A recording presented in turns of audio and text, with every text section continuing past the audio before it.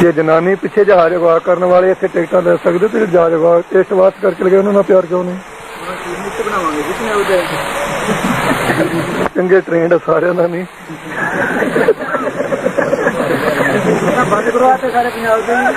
ਹੁਣ ਤਾਂ ਫੇਰ ਉਹਨਾਂ ਨੂੰ ਕਰਵਾਇਆ ਕਿਤੇ ਬਿਆਨ ਦਿੱਤਾ ਦੂਜੇ ਦਿਨ ਚਾਲੂ ਹੋ ਗਏ। ਮੈਂ ਆਖਿਆ ਚੰਗਾ ਮੇਰੇ ਇਸ ਤਰ੍ਹਾਂ ਬੰਦ ਰੱਖਣਗੇ ਤੇ ਸਸਤੇ ਹੋ ਜਾਣਗੇ ਸਾਰੇ ਲੈ ਲੈਣਗੇ ਕਿ ਲੈਣੀ ਫਿਰ ਦੱਸੋ। ਵੀ ਇਹੀ ਸੋਚਿਆ ਅਕਾਲੀ ਦਲ ਨੇ ਕਹਿ ਦਿੱਤਾ ਕਿ ਉਹ ਖਾਲਿਸਤਾਨ ਨਹੀਂ ਮੰਗਦੇ ਤੇ ਨਹੀਂ ਚਾਹੁੰਦੇ। ਕੀ ਤੁਸੀਂ ਖਾਲਿਸਤਾਨ ਦੀ ਮੰਗ ਨੂੰ ਠੀਕ ਸਮਝਦੇ ਹੋ? ਮੈਂ ਨਾ ਤਾਂ ਖਾਲਿਸਤਾਨ ਦੀ ਹਮਾਇਤ ਕਰਦਾ ਨਾ ਵਿਰੋਧ ਕਰਦਾ। ਹਿੰਦੁਸਤਾਨ ਵਿੱਚ ਰਹਿਣਾ ਚਾਹੁੰਦੇ ਆ, ਬਰਾਬਰ ਦੇ ਸ਼ਹਿਰੀ ਬਣ ਕੇ ਗੁਲਾਮ ਬਣ ਕੇ ਨਹੀਂ ਰਹਿਣਾ, 2 ਨੰਬਰ ਦੇ ਬਣ ਕੇ ਨਹੀਂ ਰਹਿਣਾ। ਇਹ ਹੁਣ ਸੈਂਟਰ ਸਾਨੂੰ ਦੱਸੇ ਤੇ ਨਾਲ ਰੱਖਣਾ ਜਾਂ ਨਹੀਂ ਰੱਖਣਾ, ਇਹ ਕੰਮ ਸੈਂਟਰ ਦਾ ਹੈ। ਮੈਂ ਕੋਈ ਚੌਂਕੀਦਾਰ ਨਹੀਂ ਵੀ ਉਹਨਾਂ ਦਾ ਕੰਮ ਮੈਂ ਕਰਾਂ। ਅਸੀਂ ਨਾਲ ਰਹਿਣਾ ਚਾਹੁੰਦੇ ਹਾਂ ਤੇ ਜੇ ਸਾਨੂੰ ਖਾਲਸਾ ਉਹਨੇ ਦੇ ਦਿੱਤਾ ਤੇ ਖੇੜੇ ਮੱਥੇ ਪ੍ਰਵਾਨ ਕਰਾਂਗੇ। ਜਿਹੜੇ ਬੇੜੀਆਂ 'ਚ ਵੱਟੇ ਬਲਦੇ ਉਸਨੇ ਪਾਏ ਐਰ ਕੀ ਨਹੀਂ ਪੈਣ ਦੇਣੇ।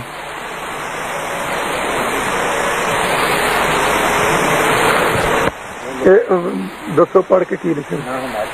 ਤੇ ਨਾ ਮੈਂ ਵਿਰੋਧ। ਮੇਰਾ ਦ੍ਰਿਸ਼ਟੀਕੋਣ ਇਹ ਹੈ ਕਿ ਅਸੀਂ ਹਿੰਦੁਸਤਾਨ ਵਿੱਚ ਰਹਿਣਾ ਚਾਹੁੰਦੇ ਹਾਂ। ਇਹਦੇ ਬਾਰੇ ਅੱਖਰ ਮੇਰੇ ਉਹਨੇ ਲਿਖਦੇ ਭਾਵੇਂ ਕਾਗਜ਼ ਹੋਰ ਹਮਾਇਤ ਕਰਦਾ ਹਾਂ ਤੇ ਨਾ ਵਿਰੋਧ। ਨਾ ਮੈਂ ਹਮਾਇਤ ਫੇਰ ਲਿਖਣੇ ਨਾ ਮੈਂ ਹਮਾਇਤ ਕਰਦਾ ਹਾਂ ਨਾ ਵਿਰੋਧ। ਹਿੰਦੁਸਤਾਨ ਵਿੱਚ ਰਹਿਣਾ ਚਾਹੁੰਦੇ ਹਾਂ, ਹਿੰਦੁਸਤਾਨ ਵਿੱਚ ਰਹਿਣਾ ਬਰਾਬਰ ਦੇ ਸ਼ਹਿਰੀ ਬਣ ਕੇ। ਚਾਹੁੰਦਾ ਹਾਂ ਨਹੀਂ ਗਾ, ਚਾਹੁੰਦੇ ਹਾਂ। ਚਾਹੁੰਦੇ ਬਹੁਵਚਨ ਸਾਰੇ ਸਿੱਖਾਂ ਦੀ ਗੱਲ ਹੈ। ਹਾਂਜੀ, ਬਰਾਬਰ ਦੇ ਸ਼ਹਿਰੀ ਬਣ ਕੇ ਗੁਲਾਮ ਬਣ ਕੇ ਨਹੀਂ। ਇਹ ਸਾਨੂੰ ਸਿੰਗਲ ਇੱਕ ਮਿੰਟ ਠਹਿਰ ਗਈ। ਸੈਂਟਰ ਗੌਰਮੈਂਟ ਦੱਸੇ ਸਾਨੂੰ ਸਿੱਖਾਂ ਨੂੰ ਨਾਲ ਰੱਖਣਾ ਜਾਂ ਨਹੀਂ ਰੱਖਣਾ। ਅਕਾਲੀ ਦਲ ਨੇ ਕੁਰਬਾਨੀ ਲਈ ਮਰਜੀਵੜਿਆਂ ਦੀ ਸੂਚੀ ਤਿਆਰ ਕੀਤੀ ਹੈ, ਪਰ ਤੁਹਾਡੇ ਪਾਸ ਵੱਖਰਾ ਭਰਤੀ ਦਾ ਰਜਿਸਟਰ ਹੈ। ਤੁਹਾਡੀ ਤੇ ਅਕਾਲੀ ਦਲ ਦੀ ਭਰਤੀ ਦਾ ਫਰਕ ਕੀ ਹੈ? ਇਹ ਅਕਾਲੀ ਦਲ ਨੂੰ ਪੁੱਛੋ। ਜਿਹੜਾ ਮੇਰਾ ਤਰੀਕਾ ਮੈਂ ਤਰੀਕਾ ਆਪਣਾ ਦੱਸ ਦਿੰਦਾ। ਅਕਾਲੀ ਦਲ ਦਾ ਅਕਾਲੀ ਦਲ ਨੂੰ ਪੁੱਛਣਾ, ਮੈਂ ਆਪਣੀ ਜ਼ਿੰਮੇਵਾਰੀ ਲੈ ਸਕਦਾ। ਅਸੀਂ ਇਹ ਕਹਿ ਕੇ ਭਰਤੀ ਕਰਾਉਂਦੇ ਆ, ਪਹਿਲਾਂ ਤਾਂ ਪੁੱਛੀਦਾ ਵੀ ਤੂੰ ਘਰੇ ਫਤਿਹ ਬੁਲਾਇਆ ਪੱਪੂ ਤੇ ਮੰਮੀ ਨੂੰ ਖੀਰਦੀ ਕਿ ਨਹੀਂ। ਜੇ ਤੂੰ ਕਹਿ ਰਹੇ ਬੁਲਾਇਆ ਤੇ ਫੇਰ ਉਹਨੂੰ ਅਸਰ ਤੂੰ ਨਾ ਲਿਖਵਾ ਦੇ। ਤੇ ਜਿਹਨੇ ਪੱਪੂ ਤੇ ਮੰਮੀ ਨੂੰ ਜਾ ਕੇ ਫਤਿਹ ਬੁਲਾਉਣੀ ਹੁੰਦੀ ਉਹਨੂੰ ਆਖੇ ਤੂੰ 6 ਮਹੀਨੇ ਅੜਕ ਕੇ ਆ ਦੀ। ਹਾਂਜੀ, ਫੇਰ ਨਾਲ ਇਹ ਕਹੀਦਾ ਵੀ ਜਿਹਨੇ MLA ਦੀ ਟਿਕਟ ਲੈਣੀ ਹੈ ਉਹ ਥੱਲੇ ਲਿਖਵਾ ਦੇ, ਮੇਰੇ ਕੋਲ ਟਿਕਟ ਵਾਲਾ ਥਾਂ ਹੈ ਨਹੀਂ ਕੋਈ।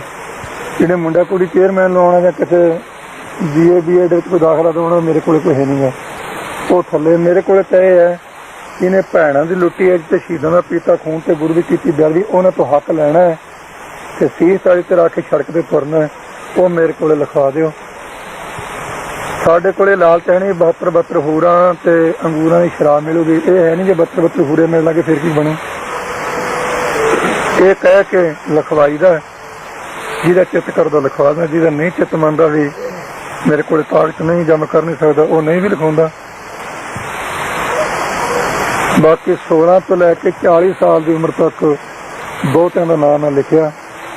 ਐਲਾਨ ਮੈਂ ਕੀਤਾ ਨੀਗਾ, ਨਾ ਯਾਰ ਮੇਰੇ ਵੱਲੋਂ ਕਰਿਓ, ਅਖਬਾਰ 'ਚ ਨਾ ਦੇ ਦਾਂਗਾ।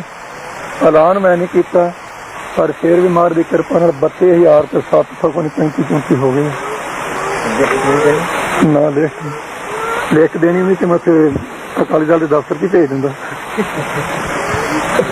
ਕਿਉਂਕਿ ਉਹ ਦਫ਼ਤਰ ਵਾਲੀ ਲਿਖਤ ਸੰਤ ਜੀ ਕੋਲੇ ਮਗਰੋਂ ਆਉਂਦੀ ਹੈ, ਦਰਬਾਰ ਕੋਲੇ ਪਹਿਲਾਂ ਜਾਂਦੀ ਹੈ। ਇਸ ਵਾਸਤੇ ਮੈਂ ਵੱਖਰੀ ਲਿਖੀ ਹੈ।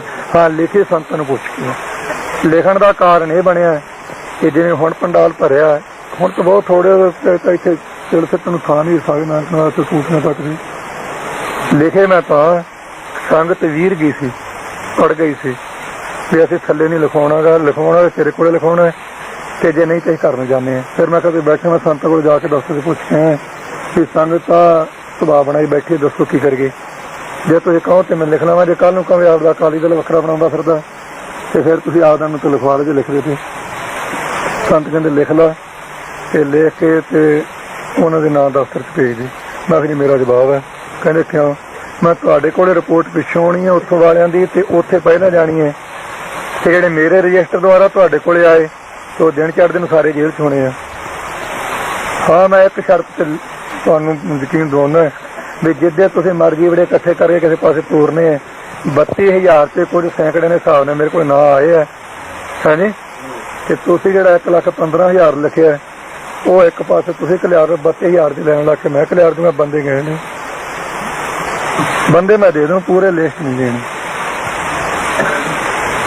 ਕਿਉਂਕਿ ਇੱਥੇ ਹੁੰਦਾ ਵੀ ਜੇ ਤਾਂ ਤੂੰ ਯੂਥ ਵਿੰਗ ਨਾਲ ਦੱਸ ਜੇ ਉਹ ਕਹਦੇ ਮੈਂ ਯੂਥ ਵਿੰਗ ਨਾਲ ਤੇ ਪੁਲਿਸ ਨੂੰ ਟੈਲੀਫੋਨ ਜਾਂਦਾ ਛੱਡ ਦਿਓ ਜੇ ਉਹ ਕਹਦੇ ਮੈਂ ਫੈਡਰੇਸ਼ਨ ਨਾਲ ਕਹਿੰਦੇ ਕਿਤਾਬਾਂ ਚਾੜੋ ਇੱਕ ਟੈਲੀਫੋਨ ਜਾਂਦਾ ਲਿਸਟ ਕਿਵੇਂ ਦੇ ਦੱਸਣਾ 32,000 ਹੋਵੇ ਗਾਹ ਬੰਦ ਕਰਤਾ ਲਿਖਣਾ ਨਾ ਤਾਂ ਅਖਬਾਰ ਤੇ ਕੱਢਿਆ ਸੰਗਤ ਨੂੰ ਅਜੇ ਕੋਈ ਪਤਾ ਨਹੀਂ ਨਹੀਂ ਮਤਲਬ ਕਿਹਾ ਨਹੀਂ ਅਸੀਂ 10,000 ਤਾਂ ਫੌਜੀ ਆ ਨਾ ਹੀ ਨਹੀਂ ਕਿਸੇ ਦਾ ਲਿਖਿਆ ਠੀਕ ਆ 10,000 ਫੌਜੀ ਆ ਪੱਕਾ ਜਰਨੈਲ ਮੇਜਰ ਕਰਨਲ ਮਿਲਦੇ ਸਾਰੇ ਉਹਨਾਂ ਦੇ ਉਹੀ ਗੁਪਤ ਰੱਖੇ ਆ ਲਿਖੇ ਨਹੀਂ ਮੈਂ ਕਿਹਾ ਲਿਖਿਆ ਕੀ ਪਤਾ ਕੋਈ ਵਿੱਚੋਂ ਹੀ ਬੇਈਮਾਨ ਚੁੱਕ ਕੇ ਦੇ ਦੇ ਲਿਸਟ 10,000 ਤੇ 10,000 ਦੇ 10,000 ਕੋਲੇ 1000 ਤੇ ਐਲਾਨ ਮੇਰਾ ਹੈ ਵੀ ਬੰਬ ਤੋਪ ਗ੍ਰਨੇਡ ਬ੍ਰੇਨ ਗਨ ਜੋ ਰੱਖੀ ਰੱਖੋ ਬਹਿ ਜਾਓ ਭਾਈ ਆਪ ਪੁੱਛਣਾ ਸਭ ਕਰਦੇ ਹੋ ਕਿ ਵਰਤਮਾਨ ਸਮੇਂ ਵਿੱਚ ਨਿਰਾਲਾ ਸਿੱਖ ਰੂਪ ਖਤਰੇ ਵਿੱਚ ਹੈ ਕੀ ਬਹੁ ਗਿਣਤੀ ਦੇ ਫਿਰਕਾ ਪਰਸਤ ਸਿੱਖਾਂ ਨੂੰ ਆਪਣੇ ਵਿੱਚ ਜਜ਼ਬ ਕਰਨ ਦੀਆਂ ਸਾਜ਼ਿਸ਼ਾਂ ਕਰ ਰਹੇ ਹਨ ਇਸ ਦੇ ਟਾਕਰੇ ਤੁਸੀਂ ਕਿਸ ਤਰ੍ਹਾਂ ਦੀ ਕਾਰਵਾਈ ਸੋਚਦੇ ਹੋ ਇਹ ਅਨੁਭਵ ਕਰ ਲਿਆ ਹੈ ਜੋ ਤੁਸੀਂ ਪ੍ਰਸ਼ਨ ਕੀਤਾ ਠੀਕ ਹੈ ਜਿਹੜੀ ਬਹੁ ਗਿਣਤੀ ਉਹ ਘੱਟ ਗਿਣਤੀ ਨੂੰ ਆਪਣੇ ਜਜ਼ਬ ਕਰਕੇ ਖਤਮ ਕਰਨਾ ਚਾਹੁੰਦੀ ਉਹ ਹੈ ਨੀ ਖਤਮ ਕਰਨਾ ਚਾਹੁੰਦੀ ਹੈ ਇਹਦੇ ਟਾਕਰੇ ਵਾਸਤੇ ਵਿਸ਼ੇਸ਼ ਤੌਰ ਤੇ ਸਿੱਖ ਕੌਮ ਦੀ ਇਕੱਤਰਤਾ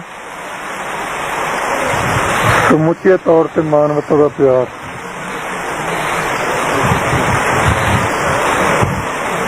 ਵਿਸ਼ੇਸ਼ ਤੌਰ ਤੇ ਸਿੱਖ ਜਗਤ ਦੀ ਇਕੱਤਰਤਾ ਸਮੁੱਚੇ ਤੌਰ ਤੇ ਮਾਨਵਤਾ ਦਾ ਪਿਆਰ ਪ੍ਰਾਪਤ ਕਰਨਾ ਇੱਕ ਤਾਂ ਇਹ ਖਤਰਾ ਹੈ ਵੀ ਦੁਨਿਆਵੀ ਪੱਖ ਤੋਂ ਪਰ ਧਾਰਮਿਕ ਪੱਖ ਤੋਂ ਮੁੱਖ ਰੱਖ ਕੇ ਮੈਂ ਖਤਰਾ ਬਹੁਤਾ ਪ੍ਰਤੀਤ ਮਹਿਸੂਸ ਨਹੀਂ ਕਰਦਾ ਰਾਜਨੀਤੀ ਪੱਖ ਤੋਂ ਹੈ ਧਾਰਮਿਕ ਪੱਖ ਤੋਂ ਮੈਂ ਬਹੁਤਾ ਮਹਿਸੂਸ ਇਸ ਵਾਤ ਨਹੀਂ ਕਰਦਾ ਕਿ ਡਰ ਬੱਕਰੀਆਂ ਤੇ ਭੇਡਾਂ ਨੂੰ ਹੁੰਦਾ ਸ਼ੇਰਾਂ ਨੂੰ ਨਹੀਂ ਆਪਾਂ ਕਰਾਂਗੇ ਘਰ ਦੇ ਪੋਤਾਂ ਕਿਤੇ ਮੁੰਡੇ ਚਲੀ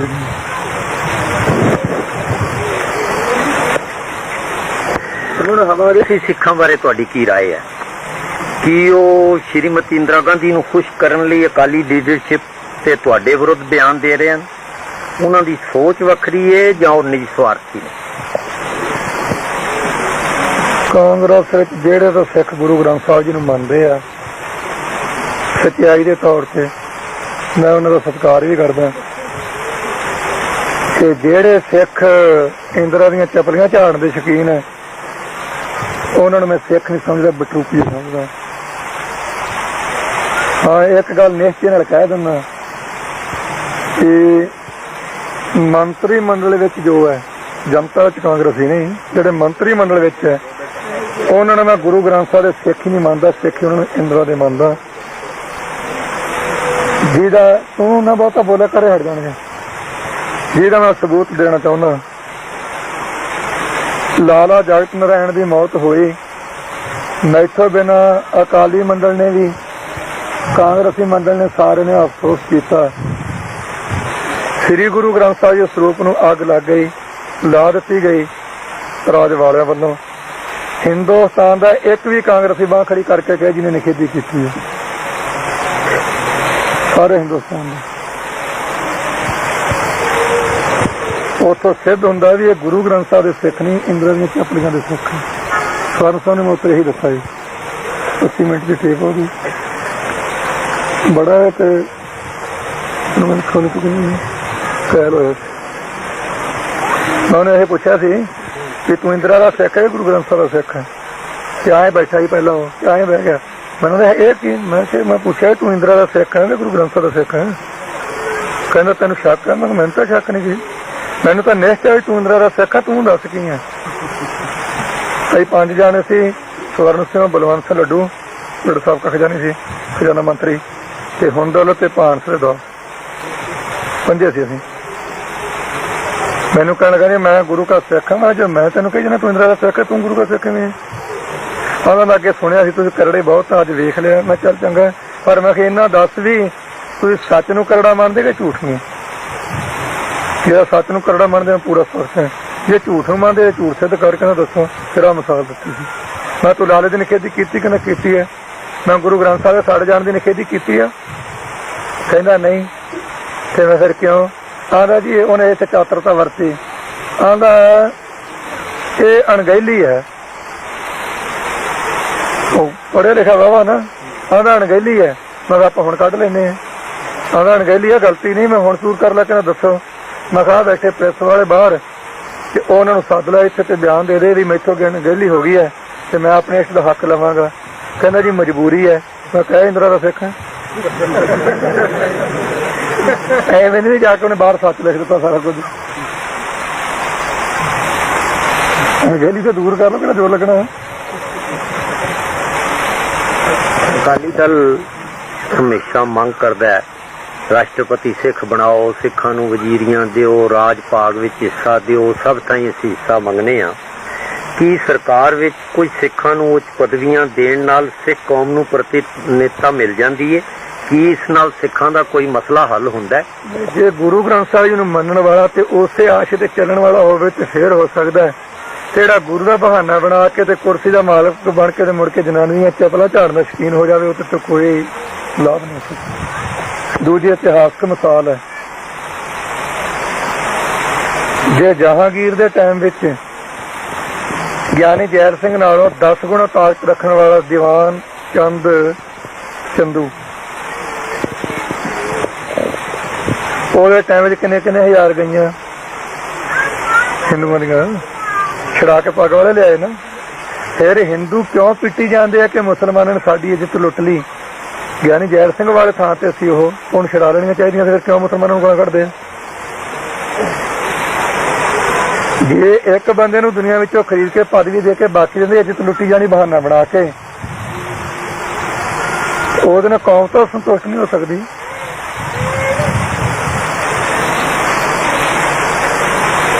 ਇਹ ਮਿਸਾਲ ਇੱਕੋ ਦਿੱਤੀ ਹੈ, ਵੈਸੇ ਤਾਂ ਹੋਰ ਬਥੇਰੀਆਂ ਹੋਈਆਂ।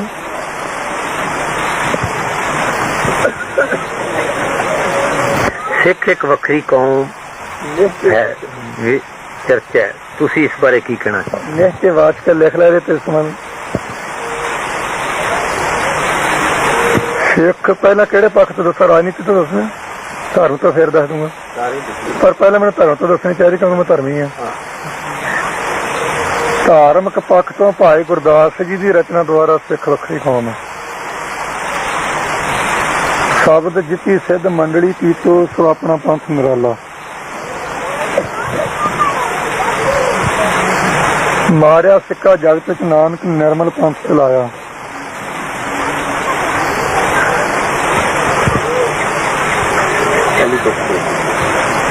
ਸ਼ਬਦ ਜਿੱਤੀ ਸਿੱਧ ਮੰਡਲੀ, ਸ਼ਬਦ ਜਿੱਤੀ ਸਿੱਧ ਮੰਡਲੀ ਕੀਤੋ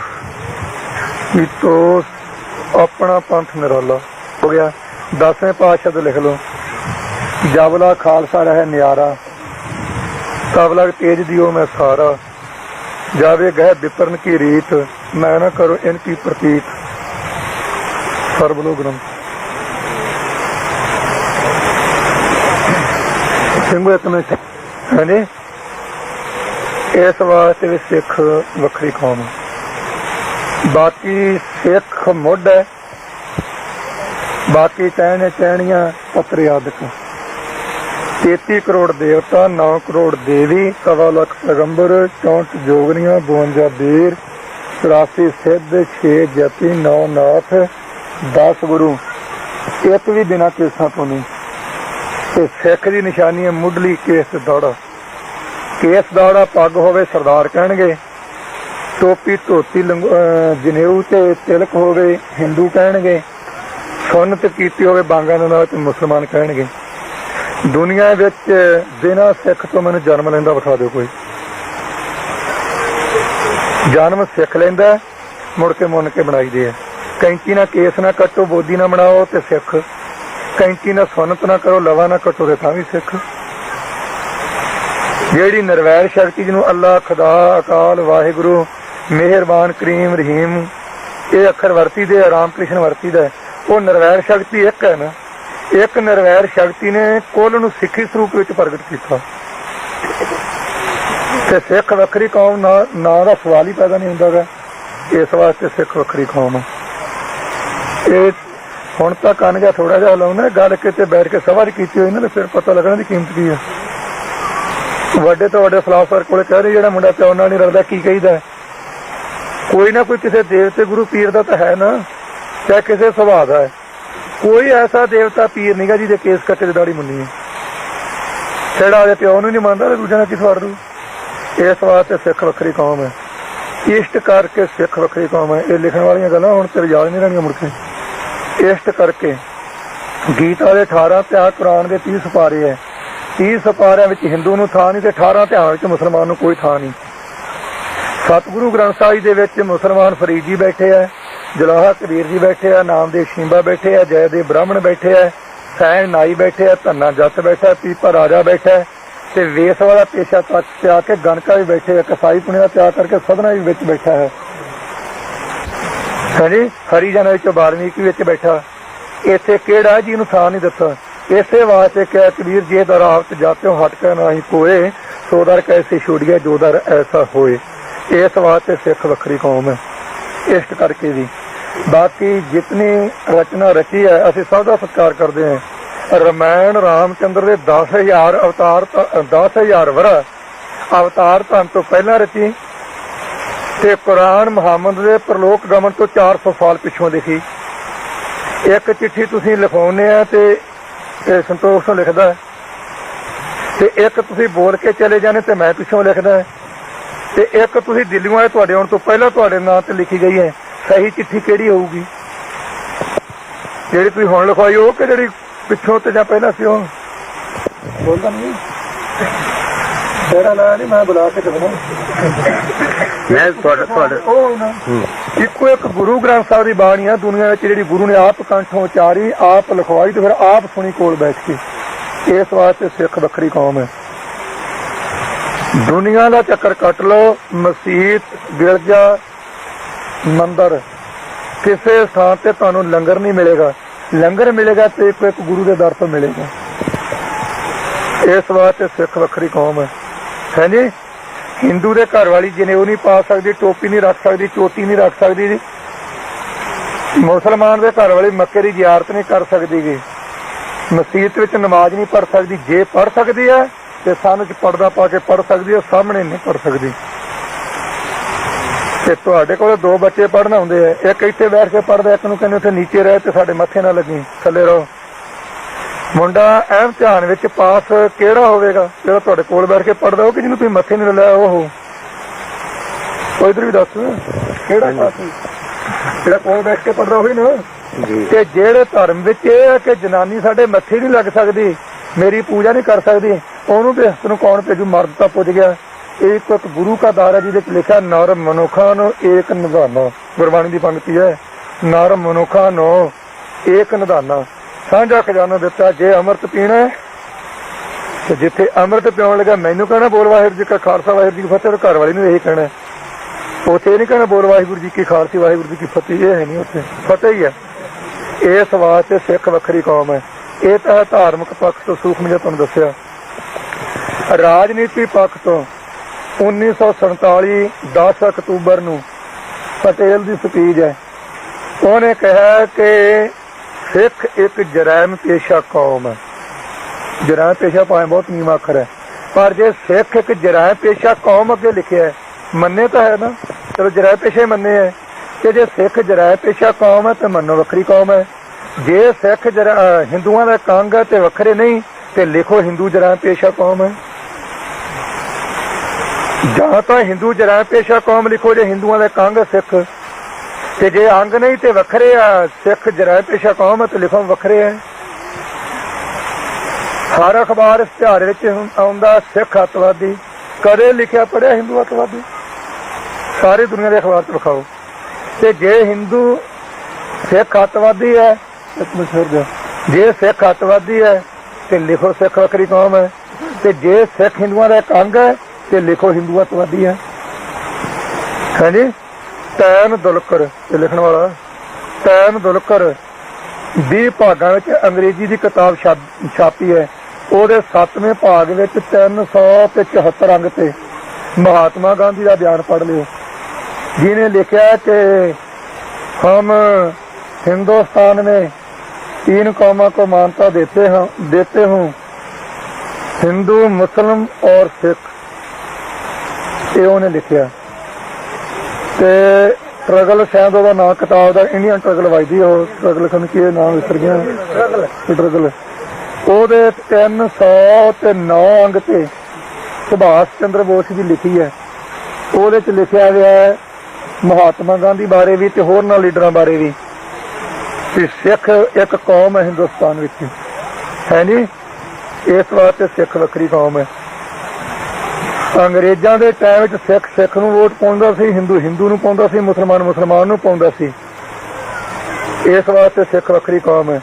तिरंगा झंडा 3 कौमां दी थ्योरी ते बनिया ते जदों झंडा मार्च होना सी जिस वेले ते अगे मशीन गनां बीड़ियां गईयां सी, तां उस वेले पटेल, मोतीलाल ते महात्मा गांधी इन्हां ने कहा भी हुण अगे मशीन गनां बीड़ियां ते झंडा मार्च करना, अगे किहनूं लाइए? कहंदे जी सिख सारे तो बहादुर है। बाबा खड़क सिंह जी नाल सी, वो अपने वालों सी ना उस वेले प्रधान जथेदार, तां उन्हां नूं कहा जी तुसीं अगे लगो। वो कहते बैठो आप एक बार साफ कर लीए भी आ जिहड़ा झंडा ये झंडे के थले रहने वास्ते आप हिंदुस्तानियों ने परण किया। उपर जिहदा रंग वो अगे लग जाओ, जिहदा विचाले रंग विचाले लग जाओ, थले रंग पिछे लग जाओ। चिट्टा रंग उपर सी, चिट्टे नूं बहुत पसंद करते ना, वो अगे लगो। हैदरी रंग विचाले सी मुसलमान, वो विचाले लगो, ते खट्टा रंग थले सी। उस वेले महात्मा गांधी ने ते मोतीलाल ने कहा इहदा की झंडा तो कौन कर दिंदे आ ते रंग बदल। ये हसन वाली गल नहीं, अणख की गल है सिंघो, हसन वाली कली गल नहीं है, बड़ी अणख दी है। ते झंडे का रंग जिहड़ा केसरी सी उपर कीता ते बाबा खड़क सिंह ने धौण ते गोडा रखा उपर रंग पुरा के ते सिख वक्री कौम किवें नहीं, वो फिर मोतीलाल से लग जाते अगे। इस वास्ते भी सिख सरदार बहादुर जी वक्री कौम है जी। बाकी दुनिया की हिस्टरी पढ़ लो, दुनिया दे विच ऐसा मनुख तुहानूं कोई नहीं मिलेगा जिहड़ा 80 साल की उम्र च सिर वड्डे तो सीस तली ते रख के तुरिया होवे ते केवल सिख तुरिया। इस वास्ते वक्री कौम है जी। ते 7 साल की उम्र च कंध च खड़ो के किसी कौम के किसी बच्चे ने अज तक किसी बहादुर ने नहीं कहा कि मेरा सिर जान दो ते जान दो, मेरा धर्म नहीं जाना चाहिए, सिर जाए तो जाए, मेरा सिखी धर्म न जाए, है जी। ये कह सकता, सिख कह सकता। खोपरी लवा के बाईद ने बैठ के जालम नूं जुत्ती दे अगे ला के तोड़ सकता, सिख ला सकता। दुनिया के किसी कौम के किसी मनुख ने लाया तो दसो। इस वास्ते सिख वक्री कौम है। और पता लगे कुछ निश्चयवाचक सिख वक्री कौम है। क्योंकि पहली तो गल है सिख तो बिना जमदा ही कोई नहीं। ये सारे गुल्ली शली राम होनी ते मुहम्मद अली होनी सारे केदा रख रहे, साडा तो रौला ही कोई नहीं गा। हमला होया सी दसूंगा जो हम कुछ नहीं तो चिन्ह एक दसूंगा भी गौरमेंट जी है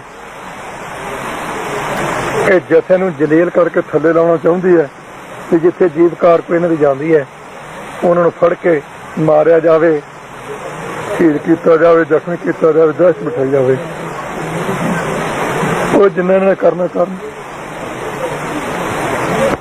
किन्ने कुछ सिंह शहीद होए ने? 150 लगभग।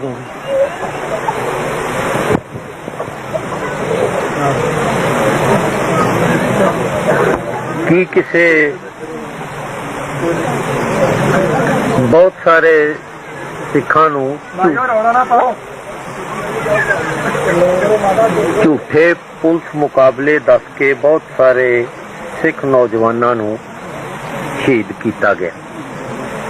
की किसी निरपक्ष कमिशन अगे ये झूठे पुलिस मुकाबले साबित कर सकते हो? हाँ, बैठाओ कमिशन करांगे। कमिशन निरपक्ष निरपक्ष हो चाहे पक्ष वाला तो उन्होंने पता होगा, असं तो सबूत देने हैं। ਨਿਰਪੱਖ ਕਿਹੜਾ ਮੱਥੇ ਤੇ ਲਿਖਿਆ ਜੋ ਥਰਮੋਮੀਟਰ ਲਾ ਲੈਣਾ, ਇਹ ਜਮੀਰ ਨਾਲ ਹੀ ਨਿਰਪੱਖਤਾ। ਸੱਚ ਕਹਿਣ ਦੀ ਜ਼ਰੂਰਤ ਹੋਊਗੀ, ਨਿਰਪੱਖ ਹੋਊਗਾ। ਤੇ ਜੇ ਕਸ਼ਾਮ ਦੀ ਗੰਗਾ ਦੇ ਕੇ ਗੰਗਾ ਰਾਮ ਤੇ ਜਮਨ ਦੇ ਕੇ ਜਮਨ ਰਾਮ, ਤੇ ਫਿਰ ਉੱਥੇ ਨਿਰਪੱਖਤਾ ਕਾਹਦੀ। ਪੰਜਾਬ ਵਿੱਚ ਵਾਪਰ ਰਹੀਆਂ ਹਿੰਸਕ ਘਟਨਾਵਾਂ ਤੇ ਹੋ ਰਹੇ ਕਤਲਾਂ ਬਾਰੇ ਤੁਹਾਡਾ ਕੀ ਪ੍ਰਭਾਵ ਹੈ? ਕੀ ਇਹ ਜਥੇਬੰਦਕ ਤੇ ਵਿਚਾਰਧਾਰਕ ਗਰੁੱਪ ਦੀ ਕਾਰਵਾਈ ਹੈ ਜਾਂ ਕੁਝ ਸਮਾਜ ਵਿਰੋਧੀ? ਕੀ ਇਹ ਜਥੇਬੰਦਕ ਤੇ ਵਿਚਾਰਧਾਰਕ ਕਿਸੇ ਗਰੁੱਪ ਦੀ ਕਾਰਵਾਈ ਹੈ?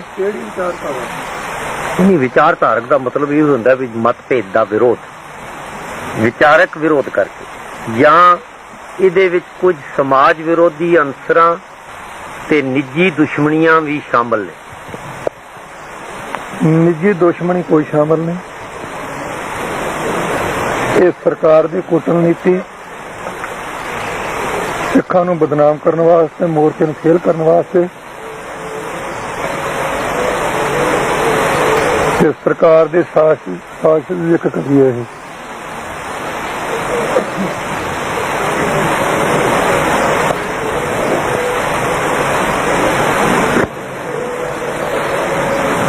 ਜਦੋਂ ਮੋਰਚਾ ਖਤਮ ਹੋ ਗਿਆ ਤਾਂ ਕੀ ਤੁਸੀਂ ਮੁੜ ਪੁਰਾਣੀ ਪਰੰਪਰਾ ਅਨੁਸਾਰ ਹੀ ਆਪਣੀ ਪ੍ਰਚਾਰ ਮੁਹਿੰਮ ਤੇ ਗੁਰਮਤ ਦੀ ਪੜ੍ਹਾਈ ਵਿੱਚ ਲੱਗ ਜਾਓਗੇ ਜਾਂ ਸਿੱਖ ਕੌਮ ਦੀ ਮੁਖੀ ਦੇ ਰੂਪ ਵਿੱਚ ਸੇਵਾ ਨਿਭਾਉਂਦੇ ਰਹੋਗੇ? ਇਹ ਪ੍ਰਸ਼ਨ ਤਾਂ ਬਣਦਾ ਜੇ ਪਹਿਲਾਂ ਅਸੀਂ ਬੰਦ ਕਰਕੇ ਬੈਠੇ ਹੋਈਏ। ਸਾਡਾ ਤਾਂ ਹੁਣ ਵੀ ਚੱਲੀ ਜਾਂਦਾ, ਇਹ ਪ੍ਰਸ਼ਨ ਹੀ ਗਲਤ ਹੈ। ਬਹੁਤੇ ਲੋਕ ਇਹ ਅਨੁਭਵ ਕਰਦੇ ਨੇ। ਲੋਕਾਂ ਨੇ ਅਨੁਭਵ ਕਰਨਾ ਹੋਰ ਚੀਜ਼ ਹੈ। ਜਿਹੜਾ ਮੈਥੋਂ ਪੁੱਛਣਾ, ਮੇਰੀ ਰਾਏ ਹੈ ਵੀ ਸਾਡਾ ਕੰਮ ਹੁਣ ਵੀ ਚੱਲਦਾ, ਅਮਰ ਸੰਚਾਰ ਹੁੰਦਾ। ਇਹ ਸੰਗਰਾਂਦ ਤੇ ਮੈਂ ਇੱਥੇ ਜਾ ਕੇ ਗਿਣਤੀ ਕਰ ਲਈ ਵੀ ਕਿੰਨੇ ਨੇ ਛੱਕੇ, ਕਿੰਨੇ ਸੈਂਕੜਿਆਂ ਨੇ। ਬਾਕੀ ਸਾਡਾ ਕੰਮ ਜਦੋਂ ਤੱਕ ਸਵਾਸ ਹੈ ਨਾ, ਇਹ ਪ੍ਰਚਾਰ ਕਰਨਾ, ਕੁਰਸੇ ਸਾਹਮਣੇ ਨਹੀਂ। ਇਹ ਸਾਹਬ ਲੈਣ ਤੇ ਜਿਹੜੇ ਆਏ, ਮੈਨੂੰ ਪਤਾ ਹੋਣਾ, ਮੈਨੂੰ ਪੁੱਛ ਨਹੀਂ ਕੋਈ ਦੱਸੋ। ਅੱਜ ਕੁਰਸੀਆਂ ਤੇ ਬਿਠਾਏ ਸੀ ਆਉਂਦੇ ਸਵੇਰੇ, ਜਾਂ ਕੋਈ ਕੁਰਸੀ ਕਰਸੀ ਡਾਈ ਹੋਏ ਦਿਨ ਪੁੱਛ। ਜੇ ਸ਼੍ਰੋਮਣੀ ਕਮੇਟੀ ਆਪਣਾ ਧਰਮ ਪ੍ਰਚਾਰ ਦਾ ਕਾਰਜ ਤੁਹਾਡੇ ਜਥੇ ਦੇ ਸਪੁਰਦ ਕਰ ਦੇਵੇ ਤਾਂ ਤੁਸੀਂ ਇਹ ਸਾਰਾ ਕਾਰਜ ਸੰਭਾਲਣ ਨੂੰ ਤਿਆਰ ਹੋ? ਮੇਰਾ ਕੰਮ ਤਾਂ ਪ੍ਰਚਾਰ ਕਰਨਾ, ਕਥਾ ਕੀਰਤਨ ਦਾ ਮੇਰਾ ਕੰਮ, ਹੋਰ ਕੋਈ ਨਹੀਂ। ਬਾਕੀ ਜੋ ਸੰਭਾਲਣਗੇ, ਜਿਹੋ ਜਿਹਾ ਸਮਾਂ ਹੋਗਾ ਉਹ ਉੱਤਰ ਦੇਵਾਂਗੇ। ਪਹਿਲਾਂ ਕਿਤੇ ਤੁਹਾਨੂੰ ਸ੍ਰੀ ਅਕਾਲ ਤਖਤ ਸਾਹਿਬ ਦਾ ਜਥੇਦਾਰ ਚੁਣਨ ਦਾ ਬੜਾ ਚਰਚਾ ਚੱਲਿਆ। ਜੇ ਤੁਹਾਨੂੰ ਸ੍ਰੀ ਅਕਾਲ ਤਖਤ ਸਾਹਿਬ ਦਾ ਜਥੇਦਾਰ ਚੁਣਿਆ ਜਾਏ ਜਾਂ ਤੁਹਾਨੂੰ ਪੇਸ਼ਕਸ਼ ਕੀਤੀ ਜਾਏ ਤਾਂ ਕੀ ਤੁਸੀਂ ਉਹ ਸੇਵਾ ਨਿਭਾਉਣ ਨੂੰ ਤਿਆਰ ਹੋ? ਮੈਂ ਉਹ ਸੇਵਾ ਦੇ ਲਾਇਕ ਨਹੀਂ। ਨਿਭਾਉਣੀ ਜਿਹੜੀ ਉਹ ਗੁਰੂ ਦੇ ਵੱਸ, ਸੇਵਾ ਨਿਭਾਉਣੀ ਗੁਰੂ ਦੇ ਵੱਸ। ਮੈਂ ਆਪਣੇ ਆਪ ਨੂੰ ਸੇਵਾ ਦੇ ਲਾਇਕ ਨਹੀਂ ਸਮਝਦਾ। ਚੁਣਨਾ ਸੰਗਤ ਦੇ ਵਾਸਤੇ। ਪਰ ਇੱਕ ਮੈਂ ਵੀ ਪੁੱਛਣਾ ਇੱਥੇ, ਬੋਲਦਾ ਨਹੀਂ ਹੁਣ। ਕੋਈ ਨੇ ਸਾਲ ਪੁੱਛਿਆ ਕਿ ਨਿੱਕਾ ਜਿਹਾ, ਮੈਨੂੰ ਪੁੱਛਣਾ ਮੇਰੇ ਮੁੱਖ ਲੈਣਾ ਨਹੀਂ, ਇਹਦੇ ਵਿੱਚ ਨਾਲ ਰਲਦਾ ਨਹੀਂ, ਘਰ ਦੀ ਗੱਲ ਹੀ ਹੈ। ਕਿ ਜਿਹੜੀ ਪਹਿਲੀ ਚੋਣ ਜਥੇ ਦੀ ਹੋਈ ਹੈ ਉਹ ਸੰਵਿਧਾਨ ਮੁਤਾਬਕ ਹੋਈ ਹੈ। ਇਹ ਤਾਂ ਫੋਨ ਕਰਨ ਵਾਲੇ ਦੱਸਣ, ਪੱਤਰਕਾਰ ਤੇ ਦੱਸੇਗਾ ਵੀ ਤੈਨੂੰ ਹੁਣ ਪੱਤਰਕਾਰ ਨੇ ਨਾ ਫੋਨ ਆ ਕੇ ਪੁੱਛਿਆ, ਹੁਣ ਮੈਂ ਪੱਤਰਕਾਰ ਹਾਂ ਇਸ ਪ੍ਰਸ਼ਨ ਵਿੱਚ। ਪ੍ਰਸ਼ਨ ਵਿੱਚ ਮੈਂ ਪੱਤਰਕਾਰ।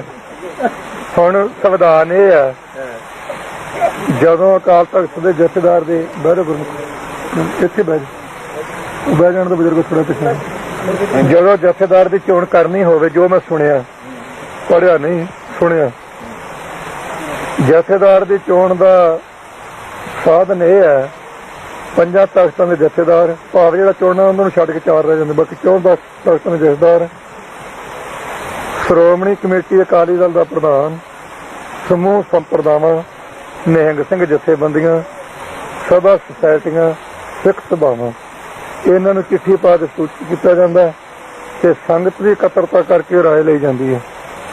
ਉਹ ਰਾਏ ਲੈ ਕੇ ਤੇ ਫਿਰ ਉਹ ਵਰਕਿੰਗ ਕਮੇਟੀ ਵਿੱਚ ਮਤਾ ਹੁੰਦਾ, ਫਿਰ ਐਜੈਕਟ ਉਹਦੇ ਵਿੱਚ ਆਉਂਦਾ, ਉੱਥੋਂ ਪਾਸ ਕਰਕੇ ਤੇ ਫਿਰ ਉਹ ਜਕਾਰਾ ਛੱਡਿਆ ਜਾਂਦਾ। ਹਾਂਜੀ, ਇਹ ਪਿਛਲੇ 30 ਸਾਲਾਂ ਤੋਂ ਤੇ ਨਹੀਂ ਮੈਂ ਜਿੱਥੇ ਮੈਂ ਤੁਹਾਨੂੰ ਵੈਸੇ ਜਦੋਂ ਕੀਤੀ ਸੀ ਨਾ ਉਹ ਸ਼੍ਰੋਮਣੀ ਕਮੇਟੀ ਦੇ ਇਜਲਾਸ ਵਿੱਚ ਹੋਈ। ਮੈंने एक मिनट की मैंने पता मैं ਤਾਂ ਇਹਨਾਂ ਨੂੰ ਕਿਹਾ ਮੈਨੂੰ ਥੋੜੀ ਜਾਣਕਾਰੀ ਹੈ ਸਾਡੇ ਕੋਲ ਬਹੁਤ ਪੁਰਾਣੇ ਬੈਠੇ ਆ ਇਦੋਂ ਵੀ ਪੁਰਾਣੇ ਹੈਗੇ ਬਾਬਾ ਖੜਕ ਸਿੰਘ ਵੇਲੇ ਦਾ ਇੱਕ ਬਜ਼ੁਰਗ ਹੈਗਾ ਉਹਨੇ ਇੱਕ ਪ੍ਰਸ਼ਨ ਵੀ ਕੀਤਾ ਸੀ ਉਹ ਕਿਸੇ ਕੋਲ ਜਵਾਬ ਨਹੀਂਗਾ ਸਾਰੇ ਲੱਤਾਂ ਜਿਹੀਆਂ ਰਾਈ ਜਾਂਦੇ ਤੇ ਜਵਾਬ ਕਿਸੇ ਕੋਲੇ ਨਹੀਂ ਹੁਣ ਇਹ ਜਿਹੜੀ ਚੋਣ ਹੋਈ ਹੈ ਐਗਜ਼ੈਕਟ ਦੇ 15 ਮੈਂਬਰ ਹੈ 6 ਹਾਜ਼ਰ ਸੀ 9 ਗੈਰ ਹਾਜ਼ਰ ਤੇ ਹੁਣ ਤੂੰ ਜਹੇਦਾਰ ਨੂੰ ਜਾ ਕੇ ਪੁੱਛੀ ਤੇ ਸੰਤਾਂ ਨੇ ਵੀ ਕੀ ਇਸ ਸੰਵਿਧਾਨ ਮੁਤਾਬਕ ਕੋਈ ਹੈ ਜਾਂ ਗੈਰ ਸੰਵਿਧਾਨਕ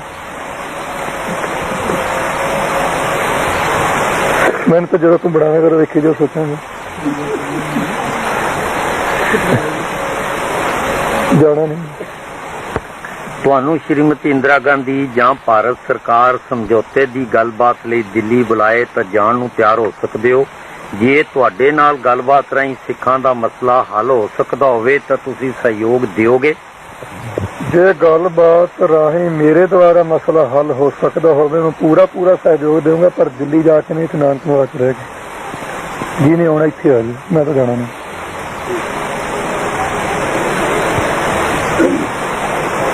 ਕਿਉਂਕਿ ਜੇ ਸਾਡੇ ਲੀਡਰਾਂ ਦੇ 13 ਜਾਣ ਤੋਂ ਵੀ ਉਹਨਾਂ ਨੂੰ ਯਕੀਨ ਨਹੀਂ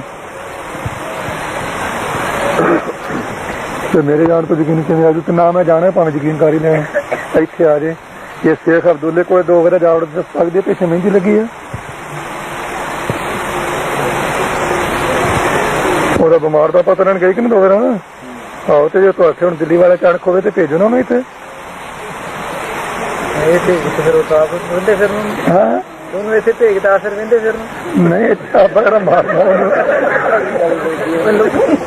ਆਪਾਂ ਕਿਹੜਾ ਮਾਰਨਾ ਉਹਨੂੰ ਗੱਲਬਾਤ ਕਰਨੀ ਹੈ ਸਿੱਖ ਲੀਡਰਸ਼ਿਪ ਦੇ ਵਰਤਮਾਨ ਏਕੇ ਤੋਂ ਸੰਤੁਸ਼ਟ ਹੋ ਇਸ ਏਕਤਾ ਵਿੱਚ ਹੋਰ ਵਾਧੇ ਲਈ ਤੁਹਾਡੇ ਪਾਸ ਕੀ ਸੁਝਾਅ ਨੇ ਪ੍ਰਚਾਰ ਹੀ ਸਾਖੀਆਂ ਸੁਣਾਉਣੀਆਂ ਤੇ ਆਖਦੀਆਂ ਜੇ ਨਾ ਆਖੇ ਲੱਗਣ ਤਾਂ ਸੰਗਤ ਦਾ ਇਕੱਠ ਕਰਕੇ ਸੰਗਤ ਵਿੱਚ ਸਾਰਿਆਂ ਦੀਆਂ ਗੱਲਾਂ ਦੱਸਣੀਆਂ ਕਿ ਆਹ ਕਰਦਾ ਤੇ ਦ੍ਰਿੜਤਾ ਸਹਿਤ ਗੱਲ ਕਹਿ ਦੇਣੀ ਪਹਿਲਾ ਪ੍ਰਸ਼ਨ ਦਾ ਪੋਸਚਨ ਇਹ ਹੈ ਕਿ ਕੀ ਤੁਸੀਂ ਏਕਤਾ ਤੋਂ ਸੰਤੁਸ਼ਟ ਹੋ ਉਹ ਮੋਰਚੇ ਤੱਕ ਤਾਂ ਹਾਂ ਹੀ ਨਾ ਫਿਰ ਵੇਖੀ ਜਾਓ ਕਿਉਂ ਬਈ ਬਿਲਕੁਲ ਠੀਕ ਹੈ ਜਦੋਂ ਤੱਕ ਹੈਗੀ ਆ ਹੈਗੀ ਉਹਨੇ ਉਦੋਂ ਤੱਕ ਤਾਂ ਸੰਤੁਸ਼ਟ ਹੀ ਹੈ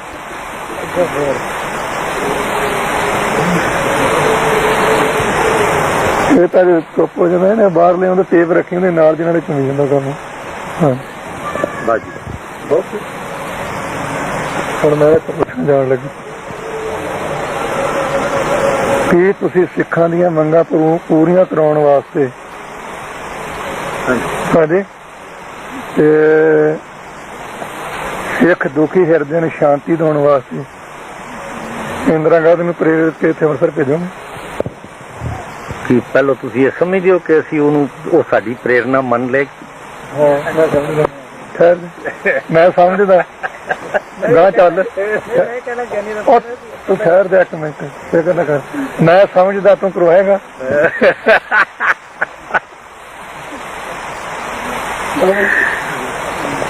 ਤੇ ਚੱਲ ਨਹੀਂ ਇਸ ਪਾਸੇ ਨੇ ਦੂਜੇ ਪਾਸੇ ਕੰਨ ਫੜਾ ਲੈਣੇ ਆ ਜੇ ਤੁਹਾਡੀ ਹਿੰਮਤ ਨਹੀਂ ਕਿ ਤੁਸੀਂ ਦਿੱਲੀ ਦੀ ਜਿਤਨੀ ਸੰਗਤ ਸਿੱਖ ਹੋ ਉਹ ਸਾਰੇ ਇਕੱਠੇ ਹੋ ਕੇ ਉੱਥੇ ਦਿੱਲੀ ਗ੍ਰਿਫਤਾਰੀ ਦੇਵੋਗੇ